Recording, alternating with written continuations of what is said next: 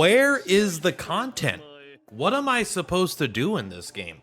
All right, after I spend a day or two and I grind out the weekly progress points, and it took me one attempt to clear these bosses, and what else do I do for the week? I just log in, spend 5 minutes, get my daily missions done, spend my energy, and then I log out? Like, where's the content? What am I supposed to be doing? Now, that is what I have heard some people say, and to some extent, are they right? Yes and no. I kind of wanted to ask the question because I heard some people complaining about CZN having a content problem. Like, what the game needs is more content. And honestly, if you've ever played any game, if you've played a video game in your life, the people always want more content. It doesn't matter if it's a single player game or a multiplayer game, a gacha, an MMO, this or that. Everyone always wants more content, right? It's just the nature of the beast, right? Developers could spend 4 years making a game, we beat it in 40 hours, right? And so they can never make content fast enough to actually satisfy what players want to play, which is why there are so many games, which is actually a good thing. But I maybe have a little bit of a controversial take. I don't know what the general community's opinion is because I only am kind of in a little bit of a internet bubble here. But I don't think this game has a content problem at all. On the contrary, I think this is the most content of any gacha game I've ever played, and it's not even close. And I think what it really comes down to is how people are defining content. So different content actually does mean different things to different people. To me, when I say content, I mean, can I have fun playing the game still? Like, is there things to do? And if the answer is yes, then I'm like, okay, there's content. Content could be boring, content could be fun. For me, I tend to think of like good content as being fun to play, but fundamentally it's just things to do in the game. And some people see it, especially in the gacha community, as it's basically being able to get rewards, right? So it's like, if you don't have any more rewards to get in game, like if you've collected all of your weekly rewards, you've done all your missions, you're leveled up, then you're out of content. But in my opinion, that's not really the correct way to look at it. I mean, this game, why I say it has the most content of any game that I pretty much ever played, and I really don't even think they need to add more core content to the game, is that this game has chaos. It has the chaos runs. And maybe this is where I differ from other people, but I mean, I've played Slay the Spire for 1,000 hours. I mean, I'm not even probably 100 hours into this game yet. Maybe I'm somewhere close to that at this point. But I mean, I've played Slay the Spire, Monster Train, these roguelike games for hundreds and hundreds and hundreds and hundreds and hundreds and hundreds of hours. And honestly, I never even got bored of them. Most of the reason why I stopped playing them was because either a different game came out or I had fully cleared all of the characters and I didn't really want to replay the same characters. This game solves that issue by adding new characters. But I really don't think this game has a content problem. Chaos is just fun. And there's enough diversity in it and its core mechanics that I don't think they need to really add anything else other than characters every now and then. As long as they add characters, like the seasonal stuff is cool, but I don't even think they need that. And I've never thought that about a gacha. On so many games I've played, Sword of Convalaria, Persona 5, I'm like, I want stages, I need fights to do, I need this to do. This game at its core design is a roguelike that you could just play basically forever and have a good time if it's your style of game. Some people may not like it. But you go into the chaos mode, you go into the zero system, you start rolling maps, right? You come in here, you grab a codex, you grab a map, maybe you spend a little bit of currency here and you merge, and then you're going to I picked the wrong difficulty, but whatever.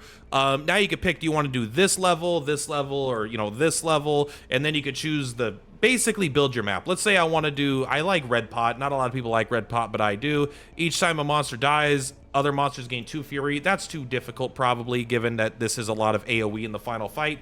So we'll take negative 40%. Just so we have a better chance to clear it, but you get to customize your experience a little bit like this, right?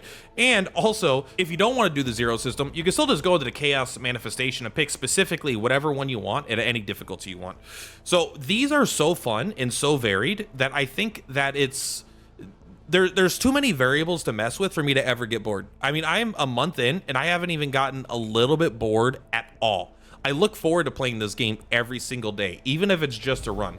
But if I want to go into this one, and sometimes if I want to push really hard, I need a meta team. But other times, like, I don't know, I just feel like I just want to use Amir today. And even though I don't think Amir is that good, I'm going to use Amir, Lucas, and Ray. Is that a good team? Maybe. No, probably not, right? That's probably not going to be a team that's super synergistic or powerful, but you could do an easier difficulty and still have fun with that. But the point is, between every character being so deep and interesting with all the different cards they can get, and them being able to get neutral cards, and then being able to get epiphanies on their cards, and sometimes copy cards, and getting different equipment, each character build is so interesting and varied, I feel like, that you could play the same individual character dozens and dozens and dozens of times and still have them have a different feel every time, at least a little bit of a different feel, even if their overall theme's the same. But then you start mixing in other characters, and how Yuki works on a team with Haru's a great example. How Haru works with Kalipe is very different than how Haru is going to work on a character that maybe doesn't have Kalipe. Maybe if you're using Renoa or something like that, everything will feel different. Using Veronica, things will feel different. So between the characters individually feeling so different and being interesting to play multiple times, and being able to mix up teams, which make everything very different in general, being able to play multiple times, and being able to go into different levels of chaos with slightly different modifiers. I mean, this is just enough where I'm not saying it's infinite content, but it's so much that I feel like I'll never get bored. And I feel like the content is almost infinite for a player like me who is having fun playing the video game as not a machine to give me dopamine rewards. Like sometimes gacha players have this issue where they will play a game that they'll play a bad game because it has good gacha rates, right? I'm sure most of you have met someone like this where it's like, hey, a really bad game comes out and it's not very fun, but they have 4% on their gacha rates, which is like way higher than this other one. And so they'll play it for a couple weeks and they get all the rewards, get all the top tier characters, then drop it because the game's not fun, right? And then there are other gacha, the same people sometimes won't play a good game because the gacha rates are low. The point I'm trying to make is that sometimes people are so blinded by just wanting to extract resources out of a game, they forget to look if they're having fun while playing the game. This game has done something that I don't think most gachas have done, where for the most part, it has taken out the chore aspect. I'm not just logging in to do chores and waiting for the next patch for the good stuff to come out. I'm playing the game, going into the chaos runs, because that is the fun of the game. Every time I go into chaos, that is the peak amount of fun I can have in this game. And then sometimes you go out of chaos, you do the boss fights with some broken deck. That is very fun as well. But like just going in and doing an hour-long run with some team, like whatever the last team I just used was a Magna, Selena, and Tressa team. Would this team work? I didn't know if it would work on a higher level difficulty because I didn't have any healing. I mean, Tressa has a little bit, but basically it wasn't very much healing and mostly shield based. And I didn't know how they would synergize, but it sounded fun. I wanted to use Magna, so it sounded fun. Selena, I just made a video on, so I wanted to play her more. And Tressa is my current favorite because she's OP right now. And honestly, the team worked awesome. It was a very easy run. I stomped it, probably because these are all individually powerful characters, and so they weren't very unsynergistic. But it's not necessarily a team you would see people put together, at least from what I've seen. And so the game is just unbelievably fun. And so when I say, so is there a content problem in the game? The answer is both yes and no. I think yes, you could say there's a content problem where I think that they could improve the seasons going forward. I think they could have other ways of maybe getting more rewards or more interesting boss fights, filtering in more boss fights, because I've run this chaos so many times and having the same boss fights that are in the chaos as these is kind of lame. So there is a little bit of that. I could understand people's perspective on that at the very least. But honestly, I really just don't think there is a lack of content. I think the game is so fun every single day to play. And for me, that's really what it's about, right? Like, I don't think Slay the Spire ran out of content necessarily. I mean, it maybe at a point it does thousands of hours in, but for me, it's kind of like saying chess ran out of content, It's like chess hasn't had a new expansion in 100, 200 years or something, ever since they introduced the en passant.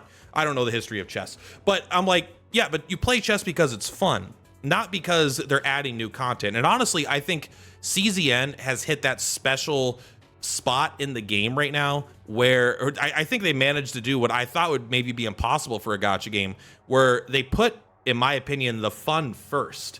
And yes, the monetization is obviously there, but they made it so a game feels closer to, I don't care about the next patch cycle. I actually am kind of looking forward to the next character because it'll be fun to play a new character. And now I get to try that character in 20 different teams, you know, see how they work with this, see how they work with that, unless I don't like them. And then I go back to the characters I do like or whatever. I don't want to just talk in circles. Let me know what you think in the comments down below. Do you think that this game has a content problem, that there is too little content to do? Or are you more like me, where I think the game fundamentally has borderline infinite content because it's fun to play and I want to keep doing the things that the game lets me do? And that's kind of where I sit because of how different every run feels. I already talked about it, but that's all in this one. I just thought it'd be a fun, you know, again, a little more topical than my normal videos, but I thought it would be interesting to talk about because I've seen more people getting past that initial honeymoon phase thinking like, well, now what do? I just log in and do a couple things and I log out. And I'm like, I guess, but that means you're not playing the fun part of the game, which is always there and always at max level of fun, in my opinion. But that's all. Anyway, guys, much love. Per platypus is per ploutopus. I will see you on the flip-flops. Bye.